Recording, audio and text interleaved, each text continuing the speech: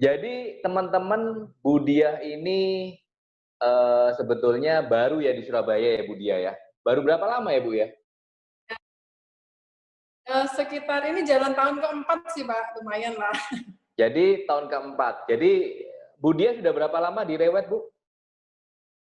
Di Rewet itu saya sejak 2005 ya. 2005 di Rewet, tetapi baru di Surabaya baru 4 tahun, betul ya, Bu, ya? Ya, betul, Pak Jadi Andi. beliau ini terus terang bukan orang Surabaya, supaya teman-teman tahu. Beliau ini orang perantauan, baru di Surabaya 4 tahun. Nah, Ya. tetapi saya mengamati Bu Diah ini begini, teman-teman. Setiap tahun pasti gross komisinya pasti di atas, rata-rata di atas 500 juta. Betul ya, Bu, ya? Ya, insya Allah. Dan itu Alhamdulillah. selalu konsisten, ya kan? Jadi komisi selalu di minimal 500 juta ke atas. Dan itu dilakukan secara konsisten dan beliau bukan orang Surabaya. Jadi bayangkan seorang perantauan hanya dengan waktu 4 tahun, dia hampir setiap tahunnya, rata-rata setiap tahunnya itu penghasilannya di atas 500 juta. Nah, mungkin Bu Diah bisa cerita, kira-kira apa sih resep sukses kok Bu Diah bisa sekonsisten itu di dalam mendapatkan closingan atau komisi di Rewet, Bu? Saya pengen menyapa teman-teman semua dulu. Selamat pagi semuanya. Terima kasih saya sampaikan ke Pak Andi Ya. udah ngajak join saya di sini. Rewet Dipo itu bagi saya itu, aduh, udah pokoknya kantor paling populer, paling famous lah. Sampai kadang-kadang Rewet mana gitu, Rewet CPD. Oh, Rewetnya Pak Andi ya? Waduh, hampir Ya, semua pokoknya Pak Andi. yang nggak segitunya lah, Bu, nggak segitunya lah. Jadi saya sangat merasa berhormat sekali berada di sini bersama teman-teman. Nah, bicara masalah perantauan, ya memang sih sebetulnya saya datang ke Surabaya ini modal nekat aja sih, teman-teman. Modal nekat, modal keyakinan sih, bahwa sebetulnya dimanapun kita berada, selama kita punya skill, punya apa ya, istilahnya kita sudah udah banyak pelajaran ya yang saya terima dari Rewet sejak tahun 2005. Cuman memang tinggal menyesuaikan aja sih. Saya cuman apa yang menjadi konsisten buat saya, pokoknya apa yang diajarin dari Rewet itu sih Pak Andi yang saya lakukan. Enggak ada yang saya kurang-kurangin. Kayak saya ini benar-benar mengerjakan teorinya Rewet itu apa sih? Ya itu udah yang saya kerjakan. Misalnya mulai dari cara mencari listing, mulai dari memanage listing, memanage klien, bagaimana mempromosikan listing itu seperti apa, terus sampai pada tahap kalau negosiasi itu kan kita belajar learning by doing ya Pak Andi ya, karena di Rewet pun karena negosiasi itu kan bisa berubah-ubah, mesti karakter klien gitu. Jadi kalau untuk negosiasi itu kita belajar terutama dari senior itu wajib sih gitu. Karena mungkin sedikit saya pengen sharing sama teman-teman. Dulu pada saat pertama kali saya gabung di Rewet, itu pertama kali saya ngelisting, saya membawa ini Pak, saya ngajakin temen yang senior, yang saya rasa udah sangat expert. Jadi saya minta tolong nih, bantu saya listing dong gimana caranya. Itu saya bawa kurang lebih tiga kali. Begitu juga pada saat saya negosiasi Pak Andi. Jadi saya mengambil dari senior-senior saya yang buat saya, oh ini expert nih, oh ini pinter nih di bidang negosiasi. Jadi di situ saya belajar kalau misalnya si A ini gimana sih dia caranya untuk nge-approach ke kliennya, negosiasinya gimana, si B gimana, si C gimana, semua saya ambil. Jadi saya belajarnya dari lapangan. Nah dari situ saya praktekkan sendiri sambil tetap belajar sih. karena kita ini belajar nggak akan ada habisnya. Jadi teman-teman sih beruntunglah ada prinsipal Pak Andi yang sudah sangat senior juga, yang pasti jangan disia-siakan gitu. Kita nggak perlu ngerasa diri kita ini udah benar, kita nggak perlu ngerasa kita ini udah paling pinter lah istilahnya. Oke, Bu Dia, sorry saya potong sedikit. Saya mengamati cara kerja Bu Dia ini. Biasanya kalau sudah dapat satu listing atau 2-3 listing yang hot, itu saya melihat Bu Dia sangat fokus ya. Jadi fokus ke listing itu, bahkan kalau saya melihat cara kerja Bu Dia selalu ngomong sama saya, Pak ini eksklusif listing. Nah itu bisa diceritakan Bu Dia, kenapa kok Bu Dia memilih fokus terhadap listing itu dan memilih untuk mengeksklusifkan? Betul. Nah, untuk masalah eksklusif, Mandi, itu tidak semua listingan juga saya eksklusifkan, Pak. Jadi pertama kali saya harus mengetahui, saya harus gali dulu, ini listingan ini bagus apa enggak. Nah, kalau saya rasa, dan dari situ kan kita udah harus tahu, pertama kali yang kita harus lakukan adalah cari pembanding dulu. Sebelum kita ketemu dengan vendor, kita kumpulin pembanding dulu. Nah, kalau kita sudah tahu pembanding, oh berarti di daerah sini itu harganya harusnya sekian. Nah, kalau ternyata dia sudah mendekati di bottom price, artinya itu sudah listing bagus. Nah, kalau listing bagus, itu wajib kita eksklusif. Tapi kalau misalnya ternyata itu listing kurang bagus, misalnya harga masih mahal, ya kita sih istilahnya nggak terlalu ngoyo untuk presentasi ke calon vendor supaya bisa eksklusif, Pak. Jadi harus dicari tahu dulu sebelum kita listing. Memang itu wajib sih, kita harus mengetahui sekitar area di situ dulu. Nah, caranya berarti gimana? Ibu berarti lebih sering ketemu dengan klien ya? Kenapa pentingnya ketemu dengan klien atau calon vendor itu, Bu? Oh, beda Pak, sangat beda. Karena apa? Kalau kita by phone, itu kan mereka nggak kenal kita. Kita juga nggak kenal dia. Gimana kita perkenalan itu kan pastinya kalau ketemu kan lebih dapat ya, lebih dapat feel-nya, lebih orang percaya. Biasanya sih kalau saya memang lebih prefer sih ketemu, terutama untuk listing-listing yang bagus ya. Saya selalu bikin janji dulu sih. Saya selalu, Pak, sekalian ya Pak, saya pengen lihat situasi properti. Jadi kalau misalnya saya mengiklankan atau misalnya ada orang yang menanyakan, saya paling nggak udah dapat feel-nya loh Pak. Tapi kalau misalnya saya melisting, saya mempromosikan properti Bapak, saya nggak tahu, oh di sudut ini ada apa, di belakang ini ada apa. Saya nggak bisa, saya nggak pede. Saya nggak pede untuk mempromosikan properti Bapak. Jadi sebaiknya kita ketemu. Oke, jadi dengan Ibu bilang seperti itu, orang akhirnya mau ketemu dengan Ibu ya? Biasa lebih banyak seperti itu, Pak. Oke, pertanyaan saya, Ibu dapat klien itu prospectingnya dari mana? Kok orang akhirnya mau ketemu itu dari mana? Sumber calon vendornya dapat dari mana, Bu Dia? Nah, ini kadang-kadang ya saya juga kadang-kadang bingung sendiri sih, Pak. Saya tuh kadang, aduh alhamdulillah kok saya bisa dapet ini ketemu. Nah, itu sih penting sekali kita itu jangan pernah malu untuk minta referensi sih, Pak. Oke. Ke semua. Saya ini kan nggak terlalu banyak kenalan.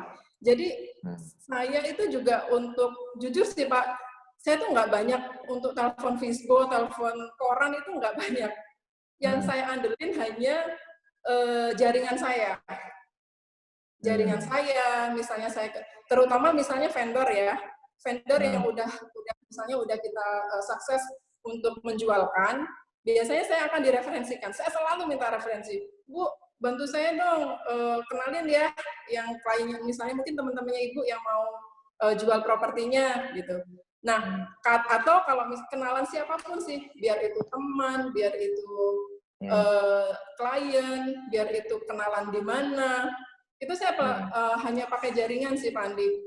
Jadi nggak pernah saya telepon ke Facebook tiba-tiba terus saya minta, atau misalnya kebetulan saya canvassing nih, misalnya saya canvassing kan ketemu owner. Nah, kalau kondisinya seperti itu kan kita belum kenal juga. Tapi saya tahu properti bagus. Saya tanya dulu sih sama Pak Cipto biasanya, Pak, kalau daerah sini gimana? Oh, itu marketnya bagus, Bu. Nah, dari situ saya sudah punya tujuan. Oh, properti ini bagus nih. Mungkin awalnya belum saya eksklusif, Pak Andi. Tapi di pertengahan jalan, kebetulan memang waktu itu ada Visbo-nya saudaranya, adiknya misalnya. Itu sampai akhirnya Visbo-nya saudaranya itu saya turunin. Dia bersedia saya pakai Visbo saya sendiri, banner saya sendiri. Karena apa? Karena dia melihat aktivitas saya. Misalnya, Pak, hari ini saya lagi mau canvassing, saya ngeprint sekitar berapa, misalnya 200, saya bagikan di daerah sini.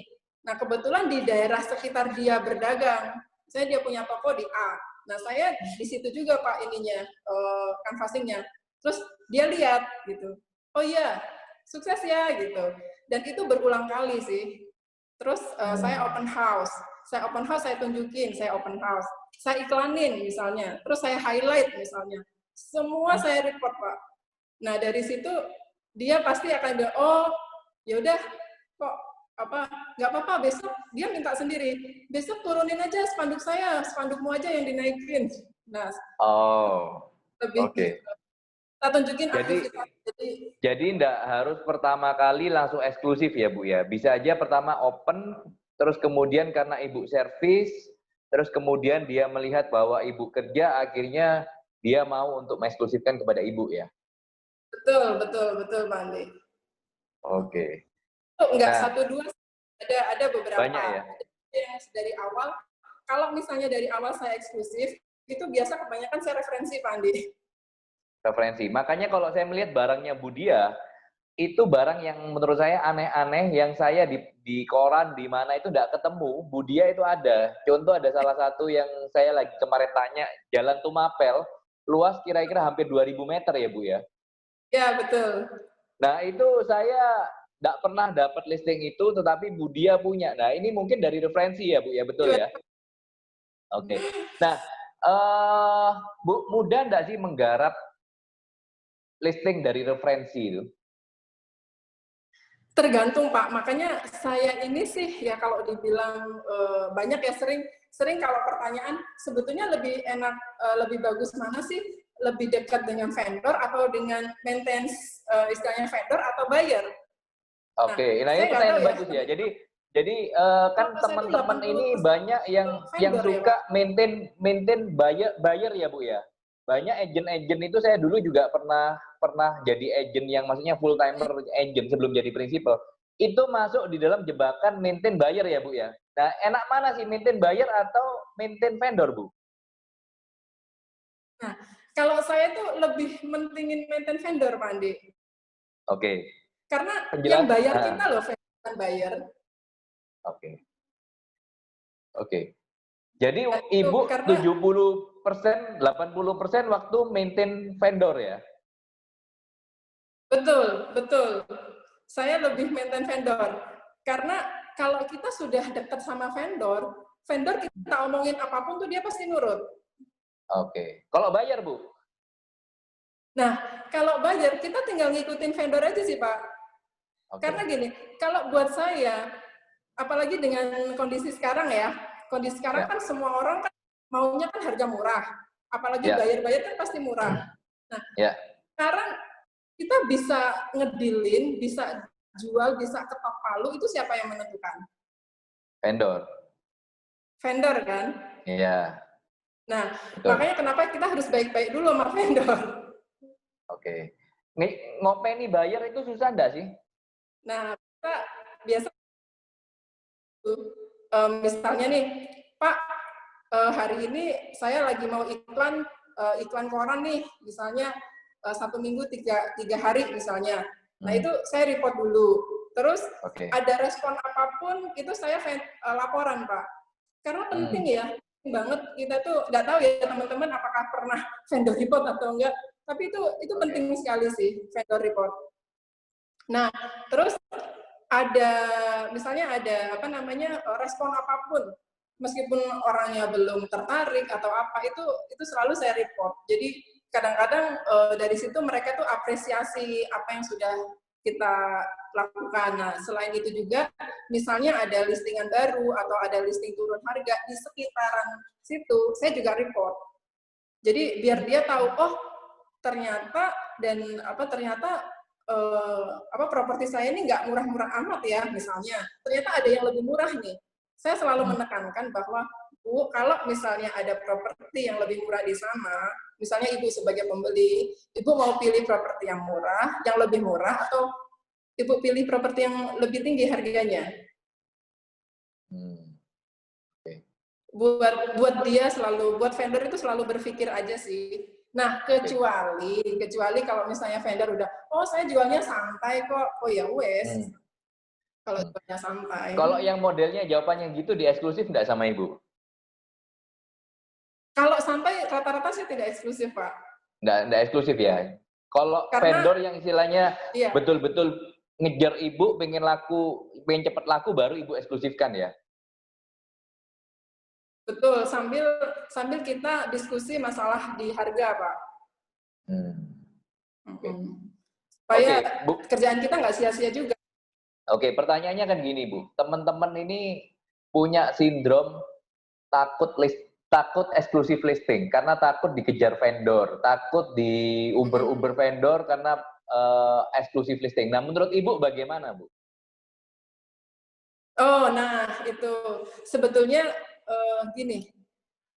Kalau misalnya yaitu dari awal yang pertama kita harus tahu listing ini patut nggak dieksklusif.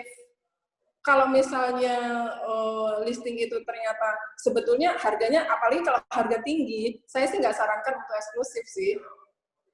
Kalau harga sudah tinggi, kita sih bisa bukan menolak secara halus ya, bukan nggak menolak, cuman nggak usah dibicarakan masalah eksklusif kalau harga sudah tinggi. Yang eksklusif itu kalau harga sudah bagus, sudah benar. Nah, teman-teman saya yakin sih kalau misalnya teman-teman melakukan aktivitas dengan benar, itu nggak akan ada beban. Karena gini loh, kita itu punya listing, memang tujuannya sih bisa terjual, tapi banyak tujuan lainnya, nggak hanya sekedar itu bisa terjual aja sih. Dan saya yakin meskipun ternyata dalam waktu 3 bulan misalnya, karena kalau eksklusif itu biasa saya 4-6 bulan, Pak Andi. Minimal 4 bulan. Kalau cuma 2 bulan, aduh itu berat. Itu selama kita dikasih eksklusif, kalau kita lakukan aktivitas dengan betul, itu pemilik tuh pasti akan mengapresiasi tetap. Nggak akan marah ya, itu nggak terjual ya. Nggak marah mereka? Enggak. Alhamdulillah saya belum pernah dimarahin vendor sih. Karena kan banyak agent itu takut mengeksklusifkan karena takut barangnya nggak laku terus dimarahi. Tapi itu kan nggak bener ya, Bu ya, selama kita ngasih report ya menurut dia ya. Enggak. Ya itu, Pak, tapi kalau sudah dieksklusif, terus kita hanya modal banner toh, ya pasti vendor tetap akan kecewa sih, Pak. Jadi kalau eksklusif tuh itu poinnya adalah harus wajib kita servis dengan benar. Itu sih. Oke, berarti Ibu punya yang namanya marketing plan ya. Jadi terhadap satu listing itu Ibu mau ngapain, Ibu punya yang namanya marketing plan ya, Bu ya? Ya, betul. Udah penting sih. Itu listing ini sudah saya apain aja. Pertama, kan kita sudah pasti ya, marketing plan itu sudah wajib namanya. Mulai dari banner, cek misalnya. Oh, iklan, cek. Apalagi open house, apalagi gitu. Dan pun juga kalau open house juga harus open house secara tepat juga sih, Pak. Oke. Karena saya lihat teman-teman di brand lain juga, misalnya dia open house, tapi loh ada banner open house, cuman kok rumahnya ditutup. Loh ya di open house. Oke. Terus sebelum open house itu sih yang paling penting. Jadi bukan pada saat open house-nya, tapi sebelum open house apa sih yang kita lakukan? Prosesnya ya berarti ya. Oke, Ya, sekarang betul. ongoing itu Ibu punya berapa listing yang Ibu sedang, istilahnya Ibu punya berapa listing dan berapa yang Ibu fokuskan untuk Ibu pasarkan? Listing Kira-kira. saya sedikit. Kenapa, Bu? Listing saya sedikit, sedikit sekali. Berapa kira-kira? Nggak sampai 50, Pak. Nggak sampai 50, eksklusifnya berapa? Eksklusifnya 10% paling. Oke.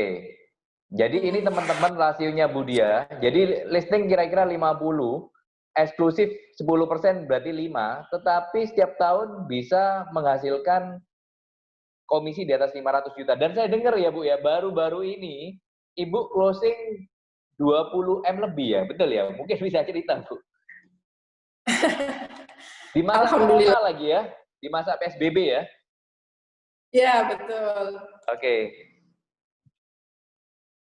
Bisa diceritakan Bu Dia, kok bisa closing masa corona, closing 20M lebih, ini gimana ceritanya?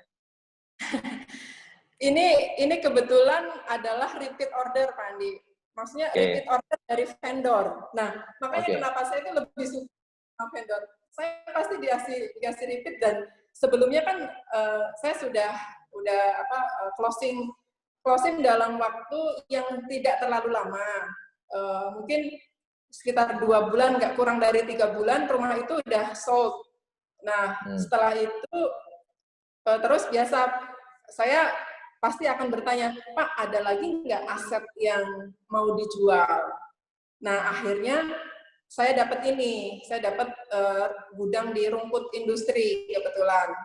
Itu awalnya itu masih ditempatin, Pak Andi. Nah, selama ditempatin, terus terang saya udah ngomong sama vendor, Pak, kalau selama ditempatin ini, apa yang misalnya nih saya ada kliennya yang mau lihat sebatas apa. Nah, kelihatannya kan mereka juga masih kurang merasa safe karena mereka masih aktivitas apa. Nah, jadi oh ya oke Pak, berarti kalau ini saya pasarinnya masih santai dulu ya Pak ya. Oh ya nggak masalah Bu. Nah, sampai akhirnya bulan Maret itu Bu, besok kita sudah move out semua gitu. Ibu silakan pasang banner, silakan dimanfaatin semua promosi. Nah, akhirnya saya pasang banner. Karena kan kata orang, banner orang pada di rumah kok, mana bisa mereka lihat banner. Tapi buat saya nggak pernah berpikir yang hal-hal negatif. Apapun promosi yang saya lakukan, saya tujuannya pokoknya positif. Entah itu nanti dapat dapat respon atau enggak, yang penting saya tetap promosi. Pada saat sebelum saya pasang banner, itu saya sudah door knocking duluan, Pak Andi. Saya door knocking itu ke sekitar 200 kantor, 200 gudang di sekitar Rumput Industri situ. Tapi padahal itu sudah sebelum COVID ya. Saya pegang sebelum COVID, tapi bulan Maret itu udah mulai COVID, itu saya maksimalkan lagi promosinya. Terus terang saya dapat dari banner. Banyak sekali sih, kalau banner kan ya BT lah, ya apalah, ya apa gitu. Nah, waktu itu memang alhamdulillah tiba-tiba ada yang telepon, dan saya udah agak, waktu itu sudah agak jenuh ya. Ini orang serius apa enggak sih? Jadi saya tantang, Bapak posisi ada di mana? Gitu. Saya kebetulan orang luar kota sih yang beli itu. Saya kebetulan ada di Surabaya. Bapak kalau misalnya mau lebih detail daripada saya jawab ABC, mending kita ketemu aja Pak langsung di lokasi. Nah, terus akhirnya dia bilang, ya udah setengah jam lagi ya di lokasi gitu. Waduh, boleh Pak, langsung ya saya langsung ke lokasi. Ternyata saya harus nunggu 2 jam itu. Nunggu 2 jam itu coba, ini orang serius apa enggak ya? Serius apa enggak ya? Tapi alhamdulillah saya telepon terus sih, Bapak posisi di mana? Bapak posisi di mana gitu. Ternyata dia dari Malang. Oh. Dari Malang itu kan waktunya hampir 2 jam. Jadi ya itu. Bu. Oke, Bu, kira-kira dari sekian banyak promosi yang Ibu lakukan, dari banner itu bisa dapat closingan Ibu berapa banyak sih? selama ini? Maksudnya rekod banner itu berapa banyak sih, Bu? Banner itu lebih banyak sih saya dari banner ya, Pak. Yang pertama saya banyak dari Lebih banner, yang kedua dari tim tim kita, terus dari iklan, terus sama dari open house. Gitu. Iklan koran ya, maksudnya? Iklan koran. Kenapa, Ya, Bu? iklan koran juga, tapi memang tidak banyak. Cuman dari iklan koran itu kita dapat lumayan ini ya, klien-klien. Maksudnya gini, kalau kita naruh iklan yang harganya di atas 10 miliar, kan yang nelpon juga pasti orang-orang yang capable di situ. Ya. Jadi buat saya itu adalah bonus database. Oke. Itu sih. Nah, yang tadi itu Pak, yang cerita soal rumput itu, sebelumnya kita sudah mengantongin dulu informasi di sekitar situ dulu, bahwa ini properti yang saya pasarkan ini harganya udah paling bagus di antara yang lain. Oke. Itu sih. Dari situ jadi biar dari pihak dari pihak pembeli itu saya sampai bilang, Bapak kalau misalnya bilang harga saya masih lebih murah, silakan Bapak cari yang lain. Kalau misalnya ada yang lebih murah lagi, Bapak info ke saya bantu Bapak nge-push untuk ke pemilik. Oke. Dari Berarti situ Ibu sih. sudah yakin bahwa harga akhirnya, properti yang Ibu ya pasarkan sudah paling murah ya? Jadi Ibu sudah yakin awal bahwa barang yang Ibu pasarkan sudah paling murah di daerah itu ya? Intinya kan gitu. Betul. Itu juga makanya dalam masa kita melisting, itu sebaiknya sering-sering komunikasi sama vendor sesering mungkin sih Pak. Terutama masalah market price.